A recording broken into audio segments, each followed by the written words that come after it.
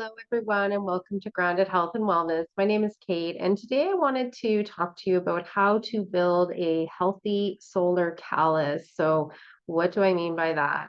Ultimately, how can you protect or prepare your skin in order to go out in the sun without any form of protection?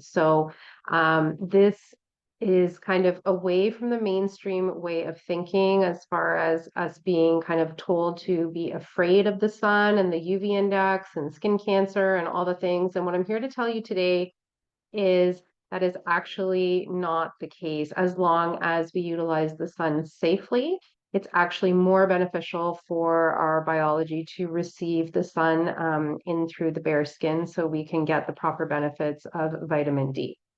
What I will say is I am by no means a doctor or giving you medical advice as always in these videos, so please do your own research, but I am going to link some articles for you from published studies in PubMed that do talk about this skin exposure and actually the fact that kind of skin cancer diseases like melanoma are actually proving that people that are having like a fatal incident with that disease actually have the least amount of sun exposure with their skin. So it's kind of an interesting paradigm and a mind shift. So I will tell you that my heritage is Irish and I have very, very pale skin and have always burnt my entire life until I started to implement these practices. And lo and behold, last summer was the very first time that I did not get a sunburn during the summer, and I was out all the time without any sunscreen. So, again, you have to train your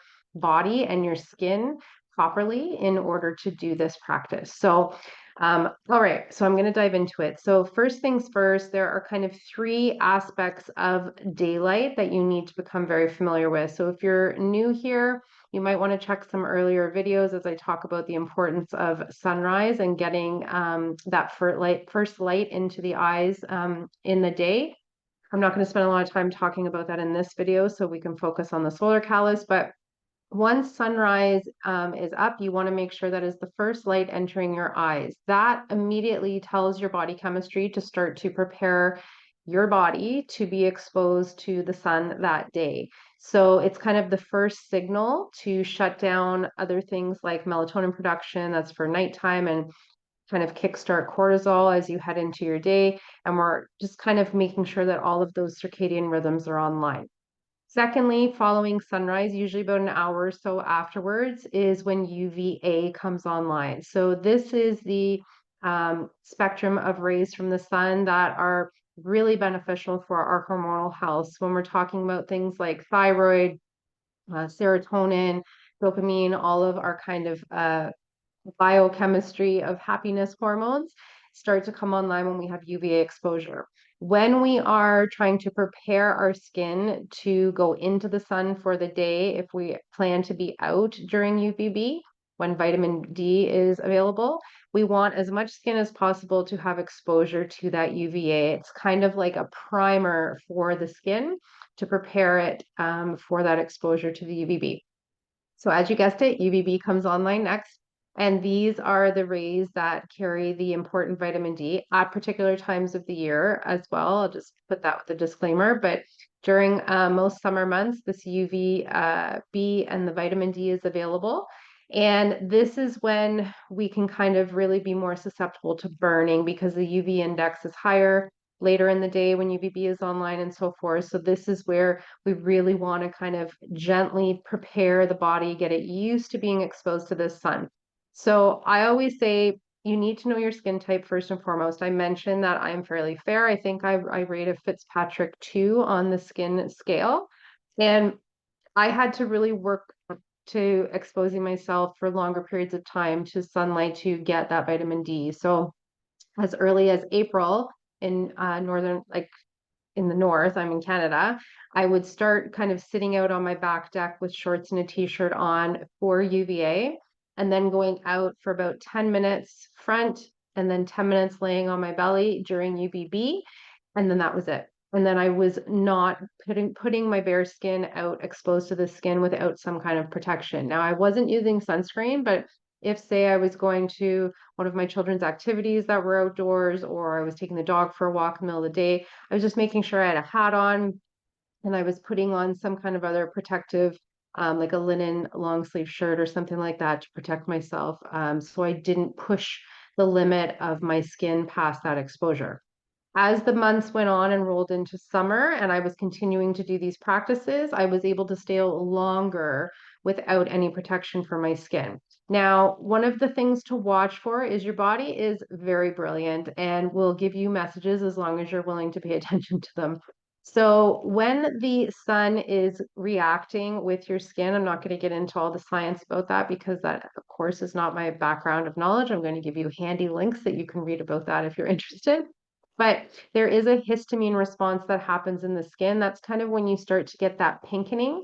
If you have a very dark complexion and your skin doesn't turn pink, it's when you start to kind of feel that prickly heat sense that's happening on the surface of the skin. This is the body's way of kind of indicating to you we've had enough exposure, we've received what we need to receive, and you can kind of operation shut down. So either go into some shade or cover up or use what other sorts of sun protection that you wish to use at that point in time. So that is very important. Speaking of shade, I want to mention as you continue to kind of protect yourself from the skin, so let's say you're sitting under like a covered porch or you find a nice tree, you are still getting all of those beautiful benefits from the sun from the UV perspective because the greenery around you, so the leaves on the trees, the grass, even if there's a body of water nearby, they are actually reflecting and you're still getting that onto your skin, but you're not in direct sunlight, so you're less likely to incur some form of burn. I will say there were times in my past where I stayed in the shade on holidays near kind of an ocean, and there were times that I did get a sunburn from that reflection because, again, I was out too long for where my skin kind of had its barometer of threshold for sun exposure. So as long as you listen to those cues from your body, you're going to be okay. The reason this is important is this is our body's way of receiving vitamin D. If we are slathering on sunscreen and blocking those rays, we're putting sunglasses on and blocking the eye's ability for the melanopsin receptors to prepare the skin to receive the vitamin D, then we're not absorbing it. There's a YouTube video that I'm going to link as well below from Sarah Kleiner and Carrie Bennett, and they go into a very long and very scientifically based, it's a beautiful video, explaining the variances of vitamin D. So if we take it from a supplement, it doesn't even touch the cascade of, what do they call it? The metabolites, that's what it is, that occur once you get that actual exposure from the sun from vitamin D. It's reacting with cholesterol and everything else under the skin. It gets stored in your body in fat cells and also water cells. So there's all these different cascades of benefits that are happening. The thing that's interesting that they talk about in that video are the metabolites that are anti-cancer or cancer fighting are not do not develop by taking the supplement for vitamin D. So it's only when it's exposed by skin through the sun outside.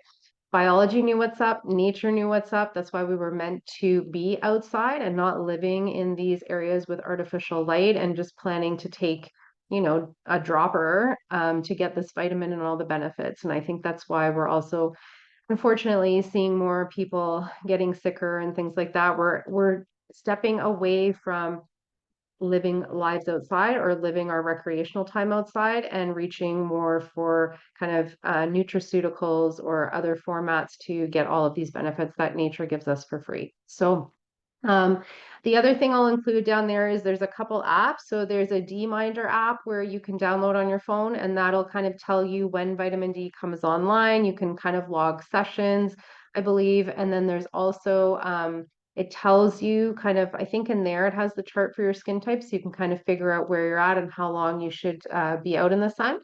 Then there's my circadian app as well, and that's great. It gives you all the times that we've chatted about in this video. So sunrise, UVA, UVB, geocoded to where you actually live in the world. So it'll give you those important times and you can pay attention to that. So a basic routine for me, I get clients who ask me a lot, all right, so how do you just implement this? Now, I have the flexibility of working from home, so it's a little bit different for me, but I always make sure that I'm out for sunrise first thing in the morning for at least 5 minutes. My bare eyes are gazing east towards the sun, so I'm getting that signaling. When the weather's warmer, I'm eating all of my meals outside because I'm also gaining more of that extra exposure to the UV, and I'm trying to just kind of expose more skin while I'm doing so. So maybe a t-shirt or a tank top and shorts, just so more of my body is accessible for those rays of the sun. And then I usually go outside for UVA in the form of exercise. So I either take our dog for a walk or I'm going for a walk, but I'm trying to incorporate kind of my first movement practice of the day. I've also done my yoga outside. So I'm getting those beautiful benefits of the UVA. For UVB, I am very kind of specific about when I'm going out again, because I just want that kind of quick hit of UVB and vitamin D for my body, and I'm still being mindful of that. I've only been doing these practices at the time I'm recording this video, I've only been practicing this circadian biology approach for going on 2 years. So my body still is acclimatizing to how much it's used to being exposed outside without protection. So I have to be mindful of that so I don't burn my skin. Um, and then that's it. And then I basically just keep my skin covered up if I'm out the rest of the time or I'm throwing a hat on. If people are worried about photo aging of the skin and wrinkles and all that sort of thing, then there is a lot of other area of the body that even if you just stick your legs out to get the sun for the vitamin D, you're going to get the same benefits. It does not have to be head to toe exposure. So sometimes you can just kind of sit yourself in a way so that the head and maybe the upper neck is covered, because those areas tend to get a lot of sun exposure as it is when you're walking and exercising. So just to leave you with the kind of the summation, so studies are now showing us that this direct sunlight on the skin is not only helping us with the vitamin D, which we've spoken about for those metabolites to support the body for anti-cancer, but it's overall boosting our immune health, our cardiovascular health, and our mental health. So there are so many benefits to making sure that you get outside, you build this solar callus, and you're just going to start to feel so much better. It gets to a point where you actually see the sun come out and you'll want to like go towards it. Like it's almost like a sun chaser. It happens now if it's been a cloudy day and the sun peeks out. I just intuitively want to run outside and get that sun on my skin because it just feels so good. And once you start to feel good, you're not going to not do these practices because it's almost just proof in the pudding. But it does take time to build that up safely. And I want everybody to make sure that they're approaching their health in a safe and conscious manner. So that's it for me for today. Please check out all the links below to everything I mentioned, and you can dive as deep as you wish on this topic. There is endless information, even if you just go into PubMed and type in sunlight exposure and whatever, it will populate for you. There's been a lot of literature as of late that has come up to support this, and we just have to make sure that we are well informed and doing the best for our bodies and our health. So have a great day. Be sure to like, subscribe, and share the video if you can, so this can reach more people. And happy sunning, everyone. Take care.